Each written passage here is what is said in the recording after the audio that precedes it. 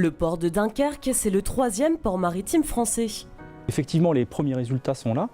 On est passé entre 2014 et 2017 de 43 millions de tonnes à plus de 50 millions. On est passé de 200 000 équivalents 20 pieds en 2010 à 375 000 l'année dernière. Et on a accueilli plus de 5 implantations majeures depuis 2014. Et il ne compte pas en rester là. Avec Cap 2020, le port se lance dans un projet ambitieux, plus de conteneurs, plus de logistique, plus d'industrie, toujours en restant aux petits soins pour ses clients. On ne veut pas devenir trop important à ne plus connaître nos clients, donc on veut rester sur une gamme qui correspond à notre territoire, ça c'est la première chose.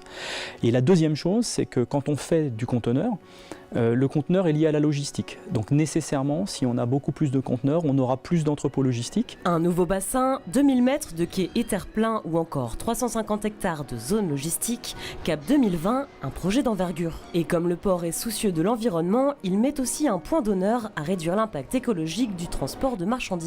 Aujourd'hui, vraiment notre credo, c'est la transformation qui est liée au carbone.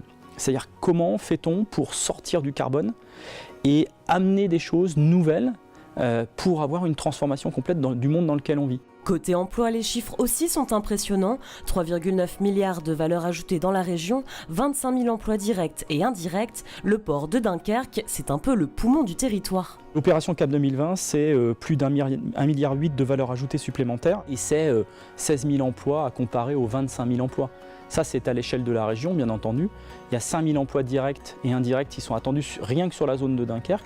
Donc vous voyez que c'est une transformation complète du territoire. Avec Cap 2020, le port s'est lancé dans une belle aventure, bénéfique pour son développement et aussi pour les Hauts-de-France.